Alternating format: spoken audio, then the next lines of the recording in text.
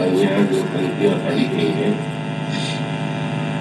उसमें वन पथ पर चलते हुए भगवान राम, जनक नंदिनी सीता और लक्ष्मण सीता की प्रस्तुत की गई। भगवान श्री राम आगे है, लक्ष्मण पीछे है, जनक नंदिनी सीता बीच में है। और सुदृश्य को जब भक्त देखता है, कवि देखता है, विचारक देखता है, तो उससे इसमें अलग अलग संदेश और संकेत प्राप्त होते हैं। मन उसका तात्पर्य है कि हम सब भी एक पथिक के समान है, एक यात्री के समान है और हमारी आपकी यह जीवन यात्रा न जाने कितने जन्मों से चल रही है। और भविष्य में भी अगर हम अपने लक्ष्य तक नहीं पहुंच पाते तो यात्रा अनवरत चलती ही रहेगी। और तब बुद्धिमान व्यक्ति वह है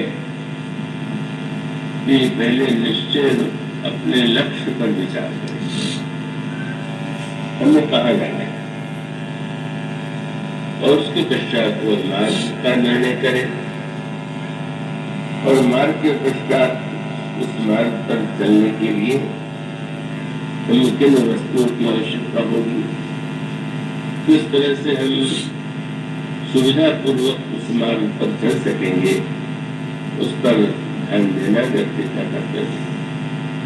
तो गोस्वामी जी कहते भी यही है कि जिन जिन लोगों ने बटोही राम का, पथिक राम का दर्शन किया, उन्होंने संसार पथ को बड़ी सरलता से पार कर लिया। इस संदर्भ में इसमें अनेक चित्र है, अनेक भाव है।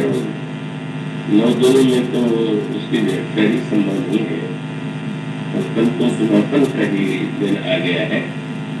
तो इसमें कई गोस्वामी जी ने जो उपमाओं के माध्यम से बात कही है, ये अपने आप में भी अनेक अर्थों से युक्त है, पर वो रेखाओं की बात कल आपके सामने कर दी। किस क्रम से ये तीनों यात्री चल रहे हैं। भगवान श्री राम आगे है, स्वाभाविक है कि चित्रकूट का मार्ग कटीला है, कांटों से भरा हुआ है, और प्रभु इसीलिए तो आगे चल रहे हैं कि जो हमारे पीछे चलने वाले भक्त हैं उन्हें ये कांटे कष्ट न दे, और इसलिए वे अपने चरणों में ही उन कांटों को स्वीकार करें। भगवान की यही रीति है, यही उनकी भक्त दर्शनता है। पर श्री सीता जी के चलने की क्या पद्धति है, लक्ष्मण जी कैसे चलते हैं, उनका महत्व बहुत है। श्री सीता जी की दृष्टि निरंतर भगवान राम के चरण रेखाओं की ओर। प्रभु जब वन पथ में चलते हैं तो स्वाभाविक रूप से धूल में उनके चरण चिन्ह बन जाते हैं, और जनक नंदिनी अत्यंत सावधान है। तो स्वामी जी उनके लिए सभी शब्द का प्रयोग करते हैं, डर करके चले। ऐसा न हो कि मेरे चरणों के द्वारा प्रभु के जो चरण चिन्ह भूमि में अंकित है वे मिट जाए। मैं यदि उन चरण चिन्हों के अपना चरण रख लूंगी तो प्रभु के चरण की रेखाएं मिट जाएंगी। इसलिए जहाँ प्रभु के जो दो पग के चिन्ह बनते हैं उसके मध्य में जनक नंदिनी सीता चरण रख करके चल रहे। और लक्ष्मण जी को उनका कार्य तो और भी कठिन है। उन्हें तो भगवान राम और जनक नंदिनी सीता दोनों की चरण रेखाओं की रक्षा करना। इन चिन्हों को वे सावधान है कि मेरे द्वारा न तो उनके चरण की रेखाओं का जो अंकन हुआ है वो मिटना चाहिए, और न तो जनक नंदिनी सीता के चरण जो है उनके द्वारा भी जो दिव्य स्थापित चरण है उन तीनों पर भी मेरा चरण न पड़ जाए, इसलिए वो उन दोनों को दाहिने करके चले। तो जो रेखा है वादिकत्व में गणित में इसका बड़ा महत्व है, किसी निर्माण में भी उनका अत्यधिक महत्व है, और व्यवहार में भी आप देखते हैं सर्वत्र किसी न किसी प्रकार की रेखाएं खींची जाती है। और जब संघर्ष होता है तो उन रेखाओं को लेकर के होता है। दो देश उनकी सीमा रेखा होती है और दोनों देशों के लिए आवश्यक है कि वे अपनी सीमाओं में रहें, दूसरे देश की सीमा रेखा को पार करने की चेष्टा न करें, और चेष्टा करते हैं तो युद्ध होता है। और व्यवहारिक जगत में भी मार्ग में चलते हुए भी रेखाएं हैं जो आपको सतत सावधानी करते हैं कि अपनी जो आपकी सीमा रेखा है उस पर अंतराल नहीं चाहिए। और यह रेखा और इस कांड में इस रेखा का जो महत्व है वो सर्वाधिक है, और वो सारे ग्रंथ में जो संकेत है वो समझने योग्य है। आप एक आरण्य कांड को यदि पढ़ेंगे तो आगे चल करके रेखा का ही एक महत्वपूर्ण प्रसंग आता है। भगवान राम के चरण की रेखाएं कितनी महत्वपूर्ण है, सीता जी के चरण की रेखाएं कितनी वंदनीय है, पर लक्ष्मण जी यदि चल रहे हैं सबसे पीछे तो क्या उनकी रेखाओं का कोई महत्व नहीं है क्या? और तब इस पूरे आर्मी कांड को यदि आप पढ़े तो आप यहाँ तो रेखाओं को लेकर के बड़े ही महत्व के संकेत प्राप्त होते हैं, बदले निवास करते हैं जहाँ पर सुख सुविधाओं का सर्वथा अभाव है। तो भगवान श्री राम भक्तों की कुटिया में रहते हैं, शयन के लिए कोई वहां पलंग नहीं है, कोई इस तरह की शैया नहीं है। भगवान श्री राम इस तरह से पृथ्वी पर कुश और पत्तों और उसकी शैया पर विश्राम करते हैं।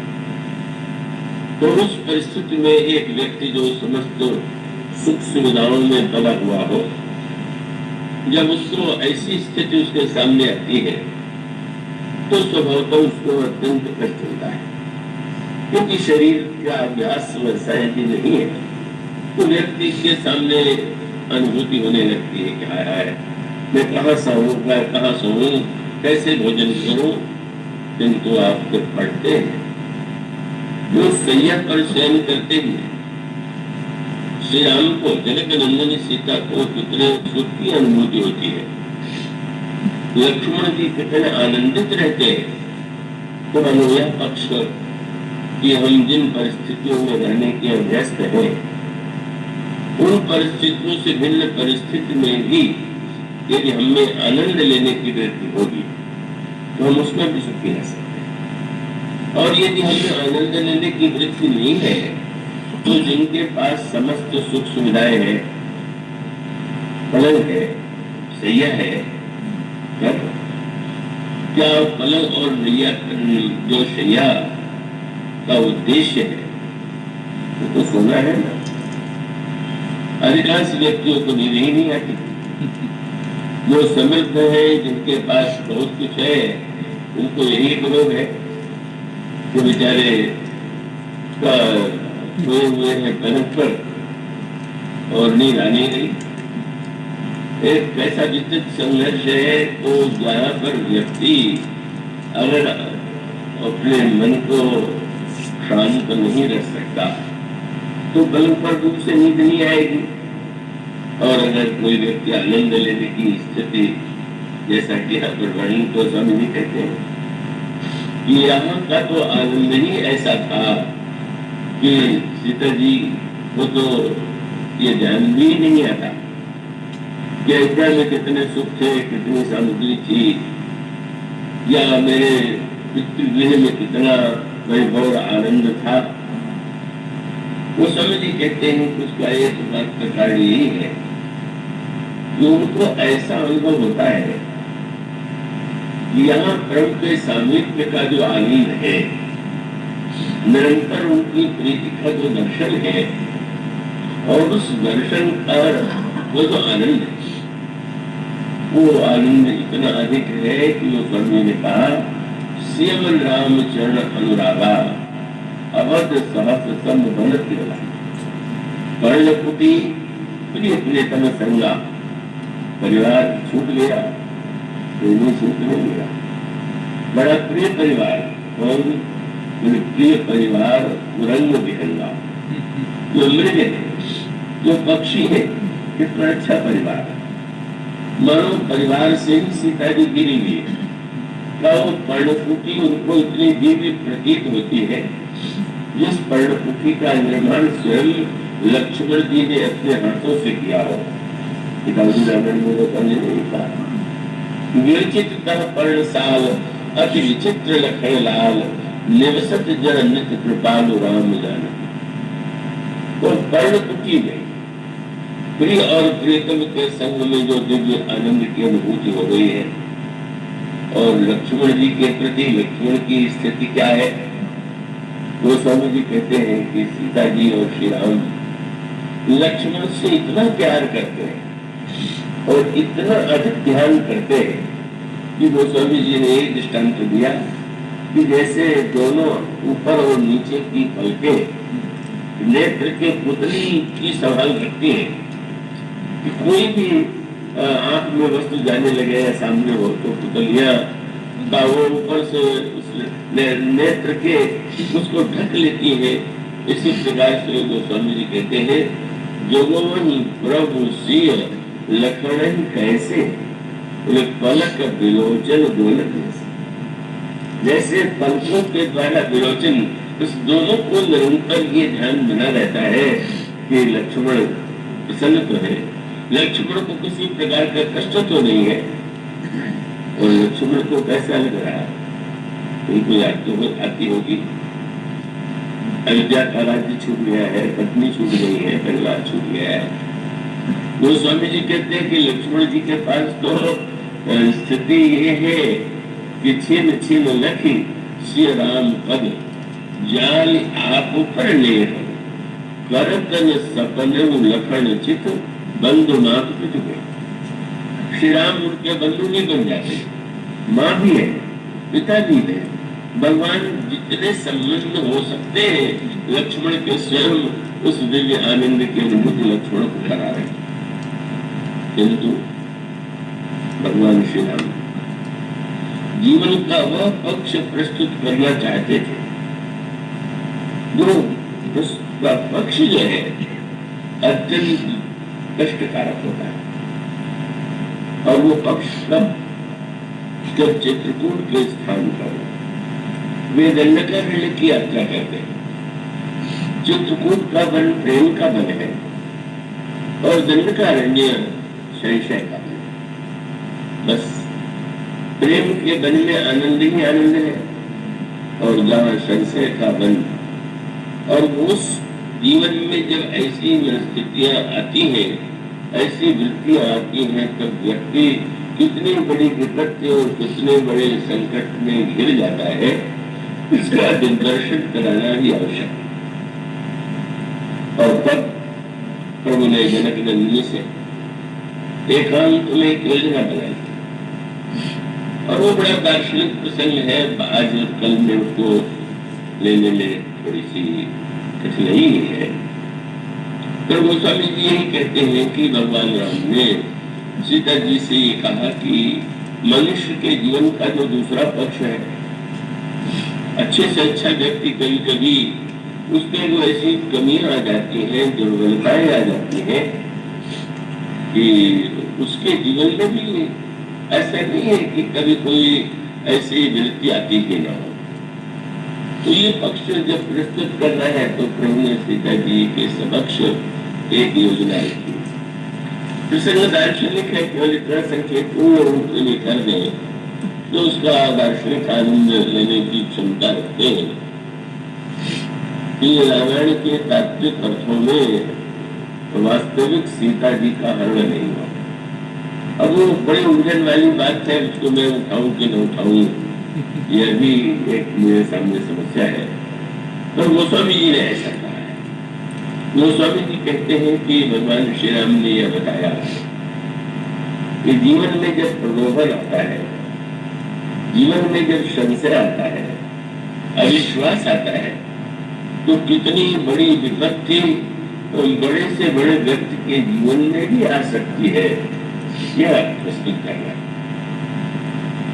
और तब जो योजना थी वो यह थी कि रावण एक स्वर्ण मृग लेकर के आएगा। यहाँ पर प्रभु की जो योजना है वो जानते ही है रावण के द्वारा क्या होने वाला है। और उन्होंने कहा उस मृग को देख करके जो कहना है वो तो बड़ा कठिन कार्य है। और ये कहना है कि मृग बहुत सुंदर है और आप इस मृग को जो स्वर्ण मृग है उसे ललित मंडली सीता के लिए भूमिका तो बड़ी कठिन प्रतीत हुई। और तब प्रभु ने कहा कि एक ही उपाय है कि आप स्वयं अग्नि में निवास करें, एक रूप में, और एक रूप में आपका प्रतिबिंब जो है यहाँ पर है, पर वो प्रतिबिंब चैतन्य। एक बहुत ही गंभीर प्रसंग है, क्योंकि आप जो पंक्ति पढ़ते हैं उसमें बताया गया कि सीता जी माया है, ब्रह्म जीवों की माया जैसे। तो माया के अनेक अर्थ और अनेक प्रकार की व्याख्याएं की गई हैं। माया का शब्द का प्रयोग बहुधा द्वार में भी लोग करते हैं। और माया के अनेक अर्थों में एक अर्थ है कि जो न समझ में आवे ऐसा कुछ, जो जादूगर की जैसे कोई जादूगरी हो, तो वो एक प्रकार के जादूगर की एक माया कह लीजिए। तो साधारण जादूगर भी जब अपने मंच पर कोई घटना प्रस्तुत करते हैं तो वो व्यक्ति चकित हो जाता है, असंभव लगता है। पर यहाँ पर एक दार्शनिक पक्ष यह है, क्या सीता जी, अब तो आज तो बड़ा प्रश्न यही होता है कि सीता जी ने श्री राम का त्याग क्यों किया, और वो प्रश्न तो स्वाभाविक है और सभी को वो प्रसंग पढ़ करके कष्ट होता है। पर वो उसको केवल अगर हम बहिरंग स्तर पर देखें तो कष्टकारक प्रतीत होता है। लेकिन उसके दार्शनिक रूप में जो बात कही गई है, मैं केवल उन लोगों को थोड़ा कह दूंगा जो उसका आनंद ले सके, मैं आगे चल करके उसको विस्तार नहीं दूंगा। और वो ये है कि तत्वता को सीता जी और श्री राम कभी अलग हो सकते हैं, क्योंकि मानो अगर श्री राम शक्तिमान ईश्वर है और श्री सीता जी शक्ति है, तो शक्ति और शक्तिमान दोनों में भिन्नता तो है नहीं। इसीलिए जब भगवान तुलसीदास जी महाराज ने दोनों की वंदना किया, सीता जी और श्री राम की, तो दो पहले तो अलग अलग वंदना किया। उन्होंने कहा मैं माँ जगत जननी सीता के चरणों की को प्रणाम करता हूँ, उनमें नमन करता हूँ और उन चरणों को मैं पकड़ता हूँ जिनकी कृपा से मुझे निर्मल मति प्राप्त होती है। और फिर उन्होंने कहा कि मैं मन वचन कर्म से प्रभु श्री राम के चरणों को प्रणाम करता हूँ, जो धनुष बाण धारण किए हुए भक्तों के विपत्ति का विनाश किया करते हैं। आपने वो पंक्तियां अगर आप रामायण पाठ करते हो, करना ही चाहिए, तो पंक्तियां आपको मिलेंगी पढ़ने को। जनक सुता जगत जननी जानकी, अतिशय प्रिय करुणा जानकी, ताकि जुग पद कमल मनाओ, जासु कृपा निर्मल मति पाओ, पुनि मन वचन कर्म रघुराय। चरण कमल बंदो सुख लायक, राजू नयन धरे धन सहायक, भगत विपत्ति व्यंजन सुखदायक। किंतु दोनों की अलग अलग वंदना करने के बाद फिर गोस्वामी जी एक दोहा लिखते हैं, और उस दोहे में वो एक वेदांत और दर्शन का जो सिद्धांत है उसकी ओर संकेत करते हैं। तो हमें वंदना तो वस्तुतः दोनों की अलग अलग व्यक्तियों के रूप में कर रहा हूँ, और ऐसा ही प्रतीत होता है कि एक पुरुष है एक नारी, पर वस्तुतः भले ही मैं दोनों की वंदना अलग अलग रूपों में करूं, पर वे है नहीं, एक दूसरे से अलग है ही नहीं। और उसके लिए उन्होंने कुछ दृष्टांत दिए। गिरा रथ जल बीच सब, कहिए तो भिन्न न भिन्न, बंदो सीताराम पद जिन्हें परम प्रिय थे। वे कहते हैं जैसे वाणी और अर्थ, ये कहने के लिए तो अलग ही अलग रहेंगे, पर व्यक्ति अगर विचार करके देखे तो अर्थ तो वाणी में ही समाया हुआ। केवल सामने वाला वाणी के द्वारा यदि नहीं समझ पाता तो उसके अर्थ के द्वारा उस वाणी को एक रूप दे दिया जाता है। तो वस्तुतः जो वाक्य आप रामायण की पंक्तियां पढ़ते हैं, अब वक्ता के द्वारा जो उसका अर्थ किया जाता है, व्याख्या किया जाता है, वो वस्तुतः वही है जो शब्दों में।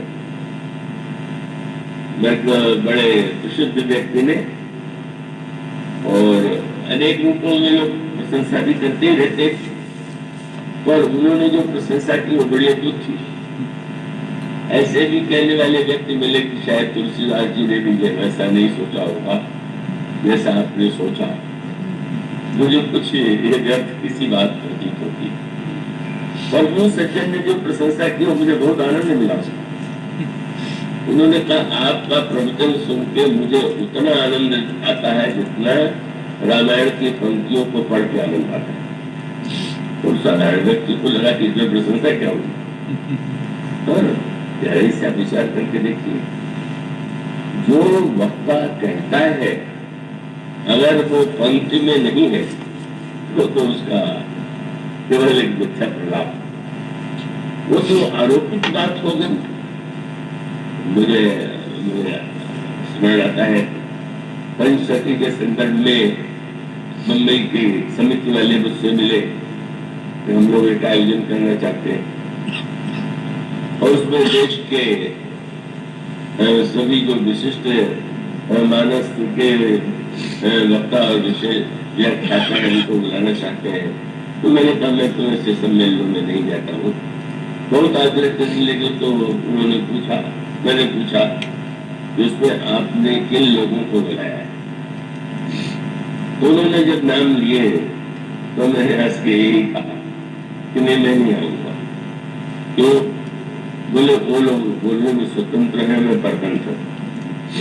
वो चाहे जो बोल सकते हैं, चाहे जो कह सकते हैं, पर मैं तो लाचार हूँ। मैं तो रामायण के की जो सीमा रेखाएं हैं, इन्हें तो रेखाओं का इतना महत्व है कि कोई वस्तु लोगों को कितनी बुरी प्रतीत होती है इसका मुझे कभी ध्यान नहीं है, लगता ही नहीं। जो है बस वही। ये मेरी कोई विशेषता नहीं है कि मैं कोई बहुत ऊंची बात कह देता हूँ, और विशेषता ये है कि समझ लीजिए कि कुछ भी कहता हूँ जो उसमें निहित है, बस वही। मैंने कहा उन स्वतंत्र वक्ताओं के साथ भला मुझ जैसे परतंत्र व्यक्ति का क्या सामंजस्य हो सकता है। और उसका अर्थ ये है कि सच तो यह है कि शब्दों में ही वो अर्थ है। जैसे कोई व्यक्ति हीरे की खान से हीरा निकालता है तो व्यक्ति कोई उस हीरे की खान में हीरा घुसेड़ तो नहीं देता, वो तो है और उसको काम कर इतना है तो उसको निकाल दे, उसका कोई उसका चमत्कार कुछ नहीं है।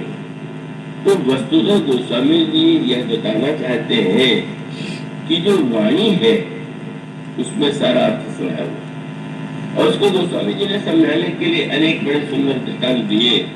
उनका जैसे कमल, तो कमल में तीन वस्तु है, एक तो कमल की सुगंध है, और दूसरे कमल का पराग है, और तीसरे कमल का मकरंद है। तो तीनों मिलकर के ही तो कमल है। तो सुगंध का अनुभव दूर से होता है, और पराग का अनुभव जब व्यक्ति, पराग माने कमल की पंखड़ी में जब आप खोलेंगे तो उसमें पीले रंग का जो एक ऐसा पदार्थ होता है, वही पराग है। छुए लोले में तो हल्का पीला बन है, और उस पराग के अंतराल में भी जो एक रस होता है, उसको मकरंद कहते हैं। तो गोस्वामी जी ने कहा इस रामायण में भी तीनों वस्तु, पराग भी है, मकरंद भी है और सुवास भी है। और उन्होंने बताया कि क्या पराग है, क्या मकरंद है, क्या सुवास है। उनका अर्थ, अनूप, स्वभाव, सुभाषा, सोई पराग मकरंद सुवासा।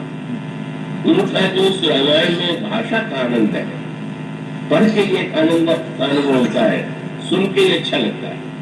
कभी कभी ऐसा भी होता है कि व्यक्ति को अर्थ का पता नहीं, पर कुछ वेद का मंत्र पढ़िए, कोई ऋचा सुनिए या रामायण की कोई पंक्ति, तो व्यक्ति आनंदित होता है। वो बड़ा प्रसिद्ध संस्करण है। नेपाल के एक बहुत पहले शासक थे, उस समय इंग्लैंड में विक्टोरिया का शासन था।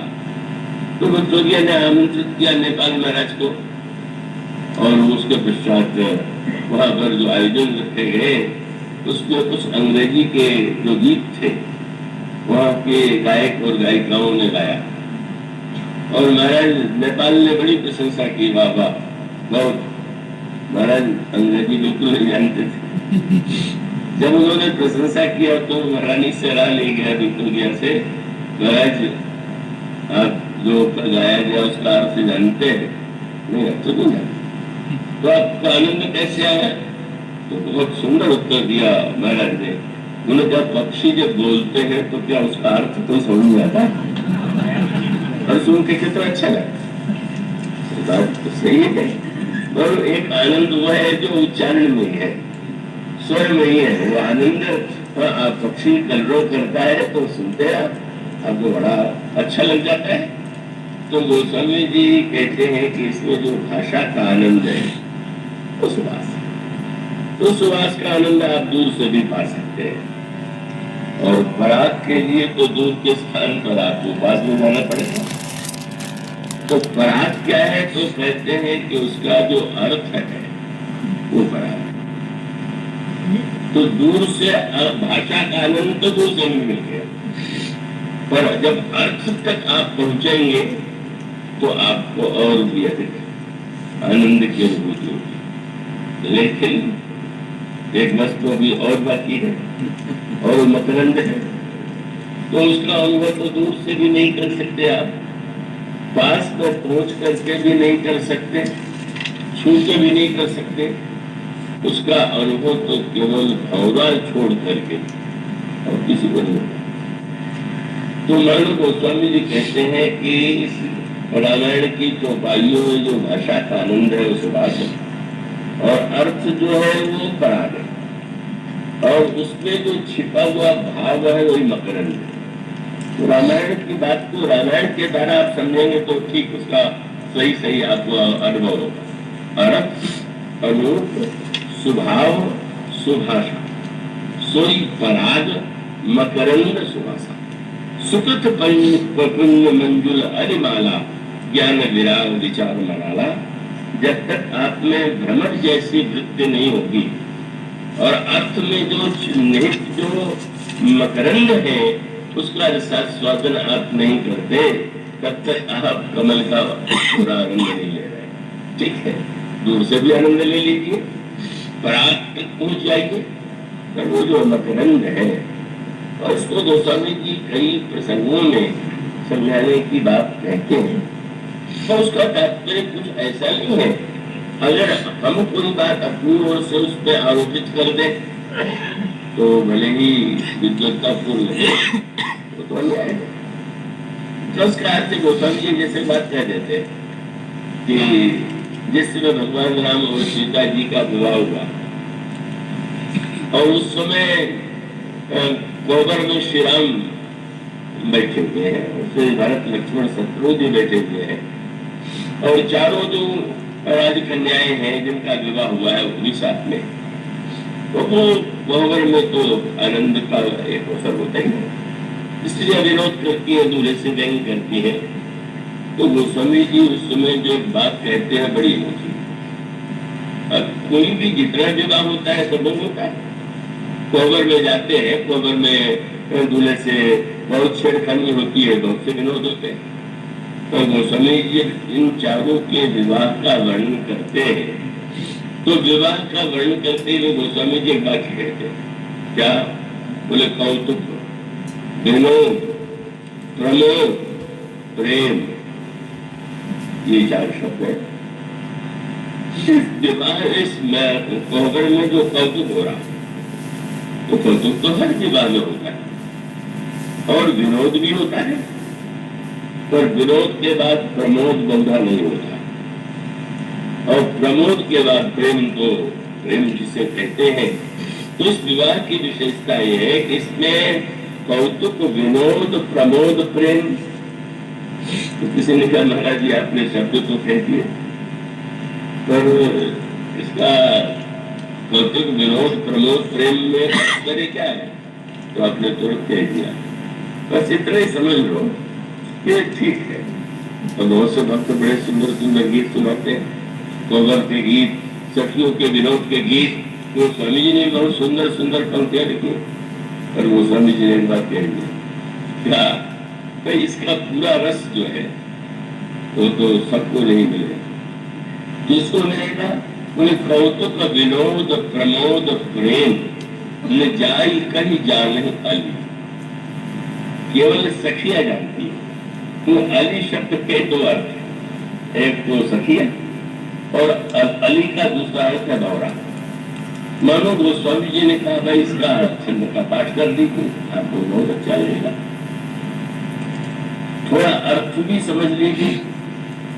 पर अगर मकरंद पाना चाहते हैं, रस पाना चाहते हैं, तो आपको तो फिर अली बनना है।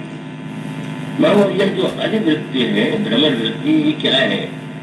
मानो सीता और श्री राम दिखाई देते हैं तो एक वर के रूप में, एक कन्या, एक दुल्हन के रूप में, पुरुष या स्त्री के रूप में, और जो घटनाएं घटित होती हैं तो घटनाएं तो व्यवहारिक जैसे ही दिखाई देती है। और उसके अंतरंग रस को जब सीता जी और श्री राम के चरित्र में जो बहिरंग पक्ष है और उसके अंतरंग में आप जब बैठते जाएंगे तो आपको एक दिव्य रस का अनुभव होगा, और उसके लिए आपको अली वृत्ति की अपेक्षा। तो गोस्वामी जी यह बताना चाहते हैं कि भगवान राम और सीता जो है वो तो न कभी उनको संयोग होता है न वियोग होता है। वियोग दो व्यक्तियों का होता है और संयोग जो होता है वो भी दो व्यक्तियों का होता है। पर श्री राम के चरित्र में और सीता जी ने तो श्री राम से ये कहना कि वो मिली होगी ठीक नहीं, और ये कहना कि सीता जी श्री राम से अलग हो गई ये भी ठीक नहीं। दोनों बातें सही है, लेकिन दोनों है। मिथिला में भगवान राम सीता का मिलन होता है और दंडकारण्य में भगवान राम और सीता का वियोग होता है। क्यों होता नहीं है? होने का अनुभव कराया जाता है, और उस होने का, जैसे एक जादूगर जब मंच पर कोई खेल दिखाता है तो वस्तुतः वैसा होता नहीं जैसा दिखाई देता है, पर जादूगर की कला है। आपके सामने एक जादूगर दिखाते हैं कोई महिला का, उसको सुला दिया गया सामने, और फिर वो बार बार वो ले करके दो टुकड़े बांटे जा रहे हैं, आप देख रहे हैं। कई बेचारे, और हम तो बहुत निवासी है, तो लड़कपन में लोग देखा करते थे, वो मंच वाले जादूगर तो आते नहीं थे, बेचारे छोटे मोटे जादूगर आते थे। तो सारे खेल के अंत में वो एक खेल दिखाया करते थे, छुरा हाथ में लेकर के कहते थे कि आप लोग जो देना दीजिए नहीं, हम पेट में छुरा मारेंगे। तो बेचारे जो कमजोर दिल वाले थे, जो कोमल हृदय वाले थे, वो तुरंत कुछ भी कुछ जो दे सकते थे वो दे दे रहे, नहीं भाई तुम छुरा मत मारो। पर इतने पर भी वो छुरा मार देता था, और वो छुरा दिखाई दे रहा तो रक्त से भीगा दिखाई दे रहा, आया आया है क्या हो गया। लेकिन थोड़ी देर बाद पता चला कि वो रक्त भी नहीं है और छुरा चलता हुआ दिखाई पड़ा, घाव भी नहीं है। और मंच पर भी आप देखते हैं और सचमुच सुलाया गया और वो किसी धारदार वस्तु से 2 टुकड़े कर दिए गए। कैसे विचित्र दृश्य। पर उसको देखने के बाद फिर जब देखते हैं कि नहीं, वो जितना दिखाई दे रहा था वो जादू था, वो सत्य नहीं। तो जादू का आनंद लीजिए और आनंद लेने के लिए जगते रहिए। जो श्रोता सो रहे, मैंने इसीलिए पुस्तक को लेने में सोचा कि वही शायद कम ही ठीक होगा।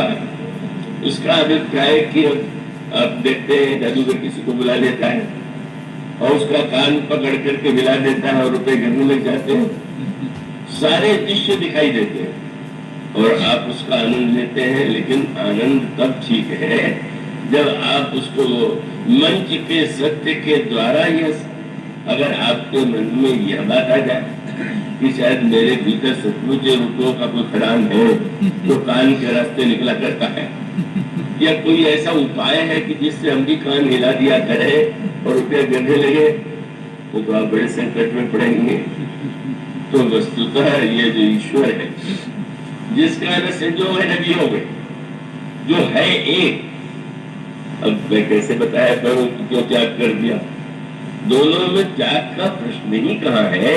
कबहू योग वियोग न जाके, पर संयोग का अर्थ जो है न होते हुए हमारे लिए अर्थ है, और वियोग नहीं है पर वियोग का भी अर्थ है। और उसका अर्थ है कि इन दोनों लीलाओं के द्वारा मायानाथ ने जो खेल करके दिखाया और उस खेल के द्वारा मानव समाज को जो संदेश दिया, जो प्रेरणा दिया, उपदेश दिया, उसी का आनंद लीजिए। आप उसके अंतराल में जब पहुंचेंगे तो आपको तो कोई बात अद्भुत ही दिखाई देगी। तो सीता जी का श्री राम ने त्याग कर दिया, पर कोई ऐसा मंदिर आपने देखा है कि जहाँ राम अकेले हो? हर मंदिर में आज भी श्री राम के साथ सीता जी विराजमान। तो इसलिए उसका केवल बहिरंग अर्थों में जब संयोग वियोग की बात करते हैं तो लगता है, मैं भूल नहीं पाता बचपन में वृद्धा थी गीता को आप लोग कहते थे, और वो बचपन में कहानी सुनने और उनको सुनाने का बड़ा अभ्यास था, तो कहानी सुनाती थी। पर कहानी सुनाने के बाद वो जो वाक्य कहा करती थी उसका आनंद उतना तो नहीं आ सकता था। कहानी का आनंद तो आता था और वो अंतिम वाक्य का आनंद तो बाद में, बहुत बाद में आया। और वो कहती थी कहानी बड़ी मीठी, कहानी तो बहुत मीठी है पर बात बड़ी झूठी।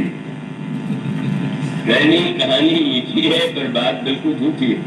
और उसके बाद जोड़ देती थी कहानी बड़ी मीठी, बात बड़ी झूठी, घड़ी घड़ी विश्राम बोलो सीता। वो तो कह देती थी, हम लोग उस दोहे को थोड़ी महत्व देते थे, महत्व तो सब कुछ सही लगने लगता था। तो ये जो भगवान राम और सीता का वियोग था वो मायानाथ की एक योजना थी, और योजना बनाई माया और मायानाथ ने मिलकर।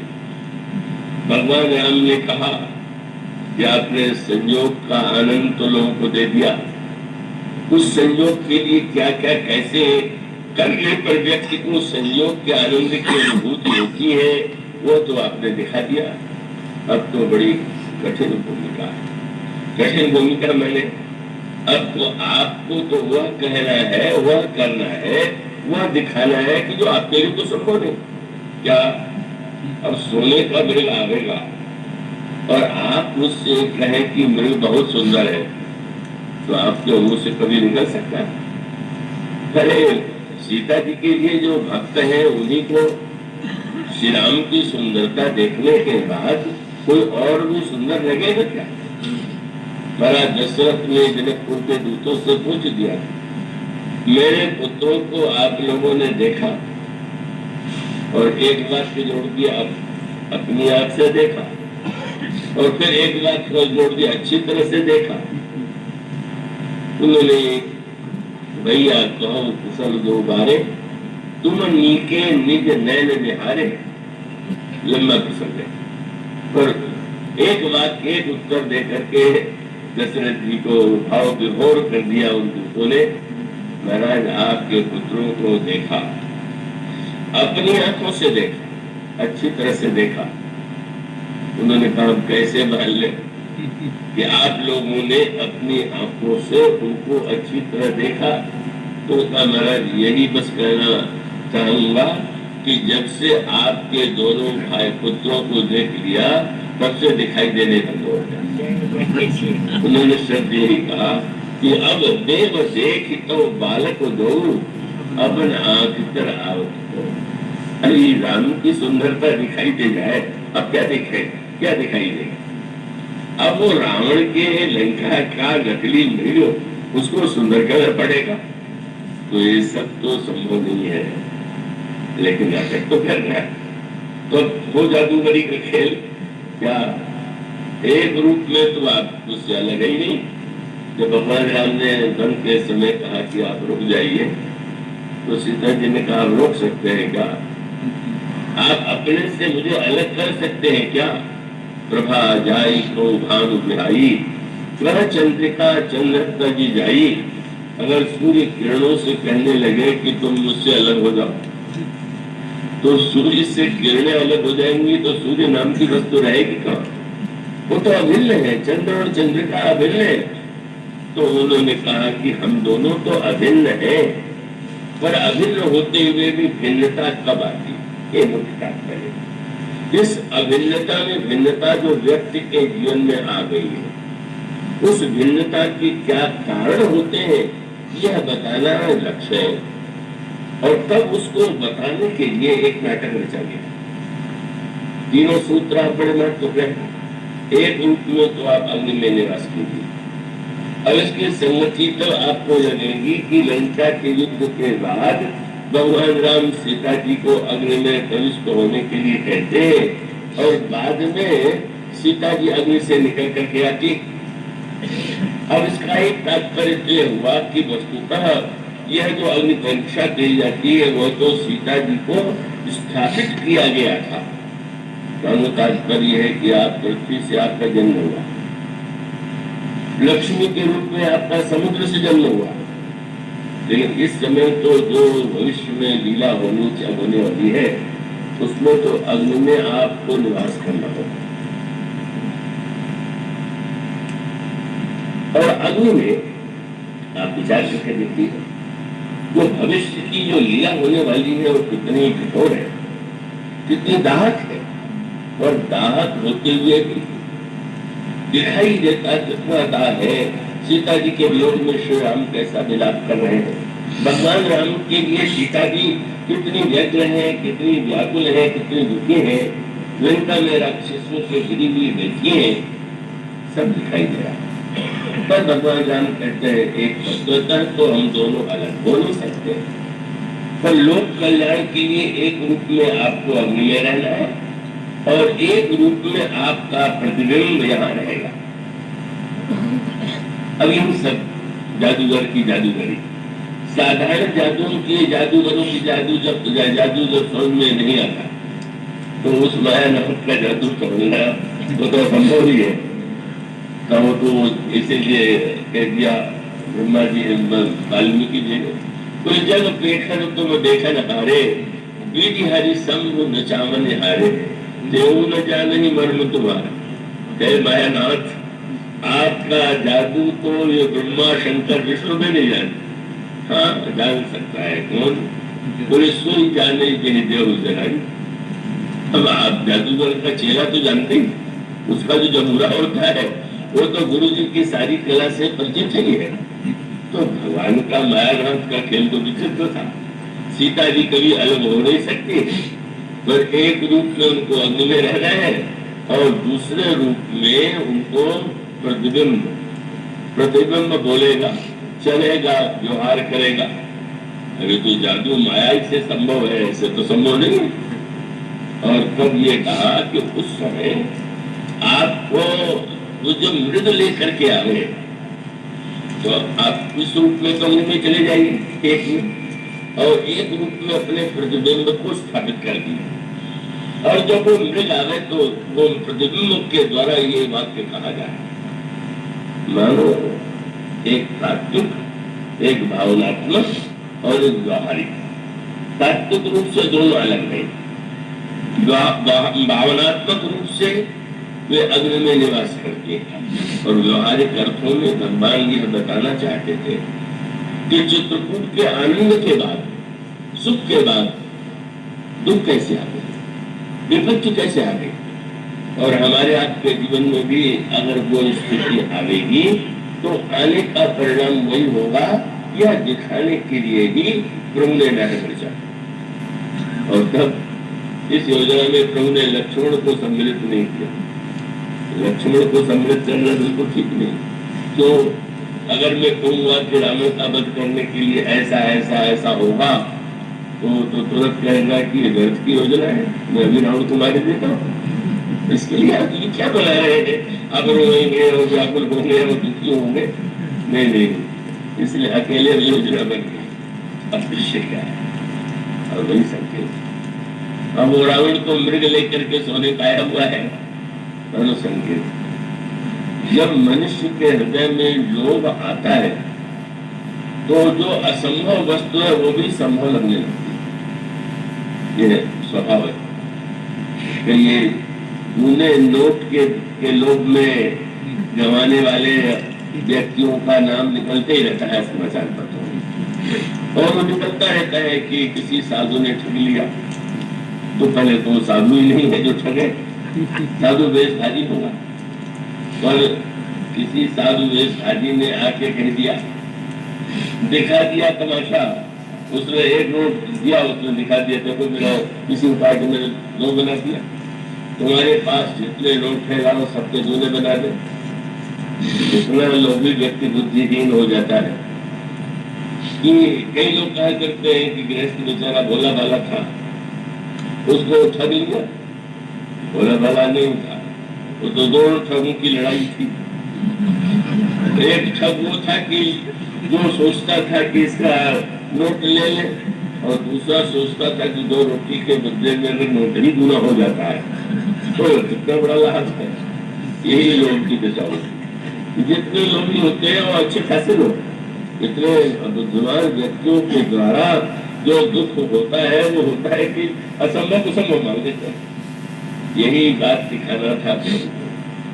तो सोने का मृग तो आज तक कभी हुआ नहीं, पर सोने का मृग देख करके, और वो भी सीता जी को ही कहना है कि बड़ा सुंदर है, और कहने के बाद फिर ये कहना है कि आप मेरे लिए इसे ला दीजिए, जिससे अयोध्या का वैभव नहीं आकृष्ट कर पाए, जिससे मिथिला की संपत्ति आकृष्ट नहीं कर पाई। वो सोने के मृग का लालच पैदा हो गया, सोने के मृग की बात आ गई। प्रभु बताना चाहते थे ये न समझिए कि आपने कभी बहुत बड़ा बहुत त्याग कर दिया है तो लोग नहीं आते, कब आ जाएगा इसका कोई ठिकाना नहीं। मुझे समझ आता है कुल कई दो कुल पहले याद में था, मैं स्नान करने जा रहा था तो कुछ रुपए उस नौकर को दे दिया, तो रखे रहो वहाँ कहाँ ले जाकर जाएंगे। स्नान करके आया, उसने रुपये जो तो लौटा दी। उसके बाद तुलसी वही कुंभ के समय में वो जहाँ ठहरे हुए थे उन व्यक्ति का रुपया लेकर के वो भाग गया, और वो रुपया जो लेके भाग गया वो उससे बहुत कम था जो मैंने रखने के लिए दिया। क्या जब मैंने दिया तो उसके मन में वो कोई लोभ नहीं आया और उसने लौटा दिया। पर अभी नहीं आया तो बाद में भी नहीं आवेगा, ये भूल नहीं होनी चाहिए। कभी मनुष्य होता है, कभी बड़ी बात लोग बड़ी वस्तु का लोग छोड़ देता है, अभी कभी छोटी सी वस्तु के लिए लोग उत्पन्न हो जाता है। ये अनेक दृष्टांत ऐसे आते हैं। हमारे गांव में व्यक्ति था, बहुत भोला भाला किसान, जिसने दीक्षा किया गुरु जी से, जमीन दिया दान में, और ये कहा कि दे दिया तो दे दिया, ऐसा था दूसरे वर्ष उसने गुरु जी से कहा कि आप लिखा पढ़ी करके उस जमीन को अपने नाम से करा लीजिए। तो गुरु जी ने कहा कि क्या जल्दी है, तुमने दे दिया है, वो तुमको चिंता करने की आवश्यकता नहीं।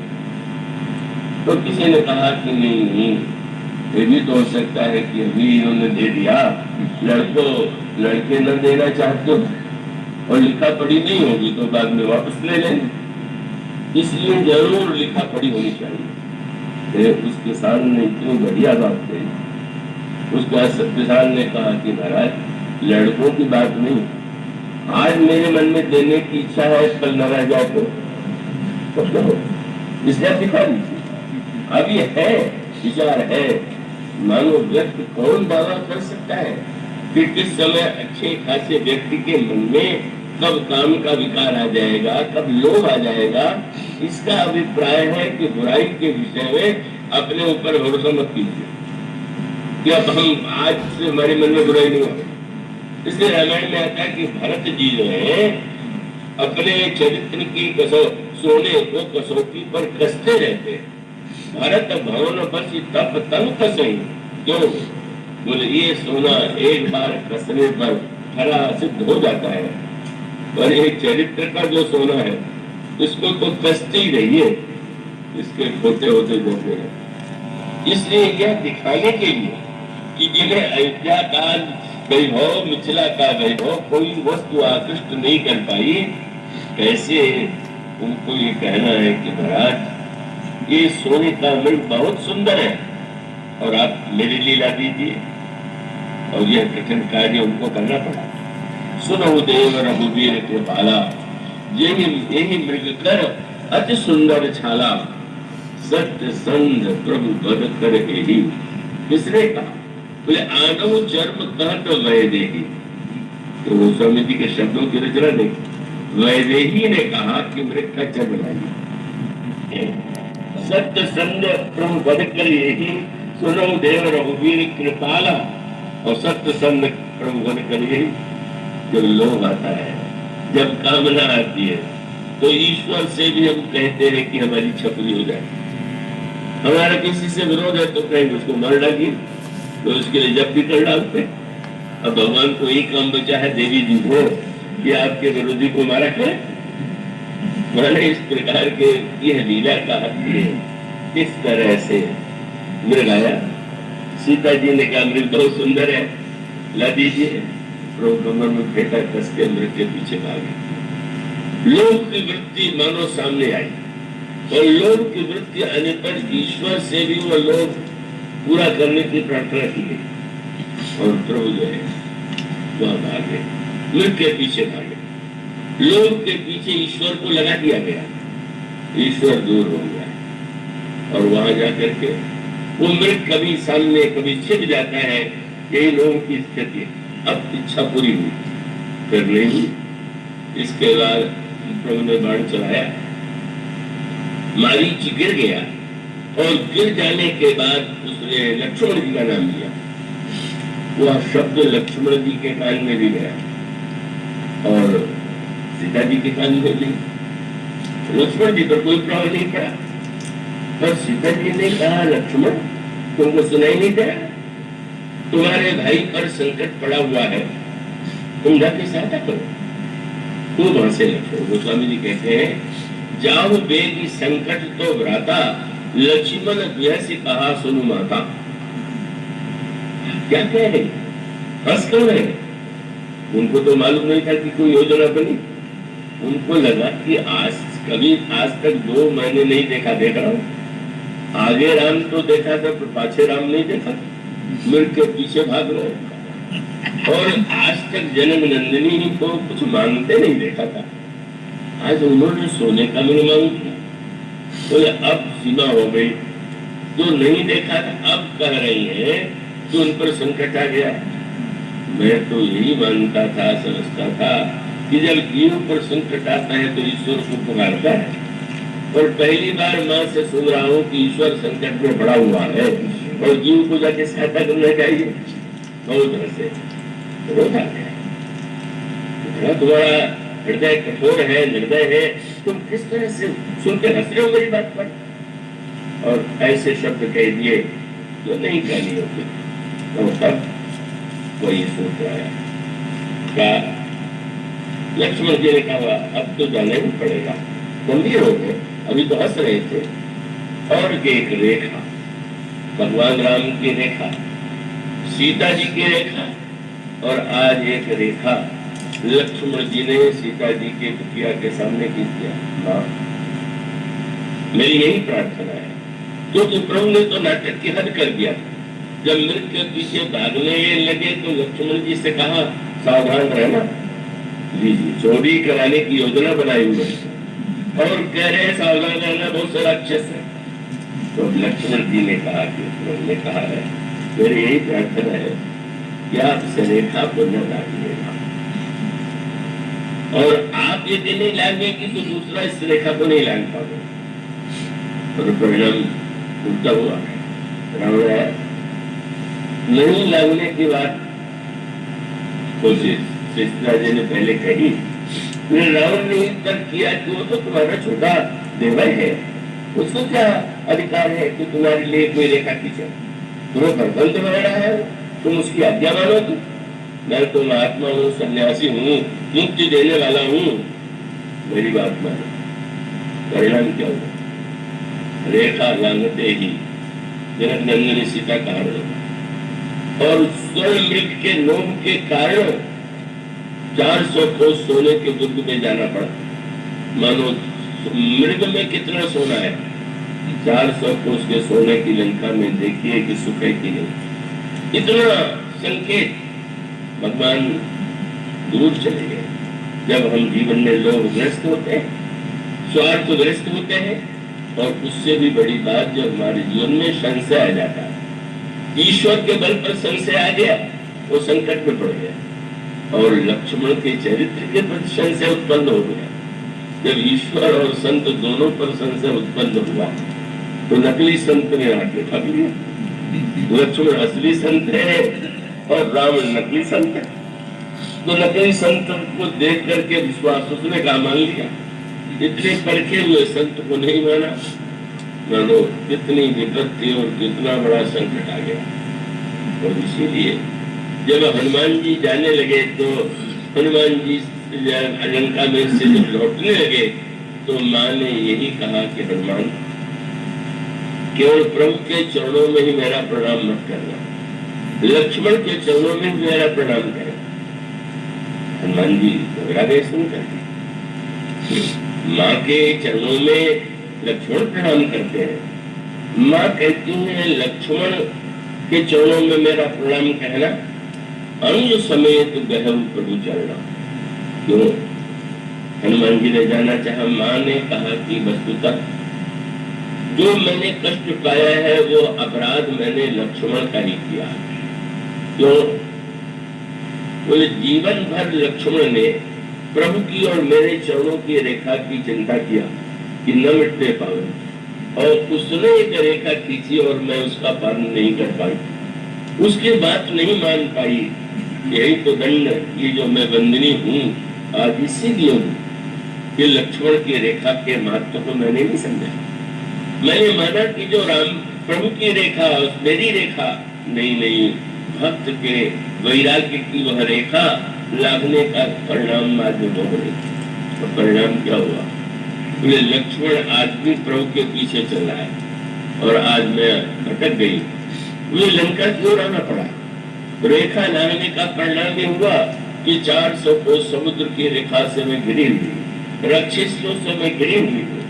लक्ष्मण न तो अटका न भटका, क्योंकि वो निरंतर श्री राम के चरणों को देखता हुआ उनकी मर्यादाओं की, उनके रेखाओं की रक्षा करता रहा। और मैंने रेखा के सत्य को नहीं समझा, रेखा की अवहेलना की, इसलिए तुम लक्ष्मण के चरणों में प्रणाम करके मेरी ओर से क्षमा मांगना कि मैंने जो कुछ अपराध किया है वह सचमुच उसका दंड मेरे लिए बड़े कष्टकारक रूप में सामने आया है। मानो यह जो कांड है वो रेखाओं की ओर संकेत करता है। भगवान जब कोई मर्यादा की रेखा बनाते हैं और भगवान के भक्त जब कोई मर्यादा की रेखा बनाते हैं, उन रेखाओं का जब भी जीवन में उल्लंघन होगा तो हमें संकट और कष्ट भोगना हो, हमें विपत्ति में पड़ना ही पड़ेगा। और इसीलिए सारा खेल तो रेखाओं का ही है। अंत में जनक नंदिनी का हरण होता है। वीरराज जी रावण से लड़ते हैं और लड़ने के बाद जब गिरते हैं तो आप क्या पढ़ते हैं? वीरराज जी किसका ध्यान कर रहे हैं? आगे बड़ा गीत पति देखा, सुमिरत राम चरण की रेखा। उस रेखा का चमत्कार है आरण्य कांड। जिन रेखाओं के लक्ष्मण की तो मंदोदरी ने कहा रावण से क्या जी भागते हो, राम की रेखाओं को तो जाने दो। अरे रामानुज लघु रेख खचाई बाबर नहीं लांग वसमुड़साई। उनको छोटे भाई की रेखा तो तुम लाग नहीं पाए, तुम बड़े बहादुर बनना चाहते हो। और गिरिराज धन्य है वो भगवान राम के चरण के रेखाओं का चिंतन करते हैं। क्यों करते हैं आज समय अभाव मैं नहीं कह पाऊंगा। और उसके बाद जब जनक नंदिनी सीता लंका में जाती है तो किन वस्तुओं का ध्यान कर रहे हैं? गोस्वामी जी ने लिखा, ये विधि कपट कुरंग संग भाई चले श्री राम, सोई छवि सीता राखी उर रटत रहता है नाम।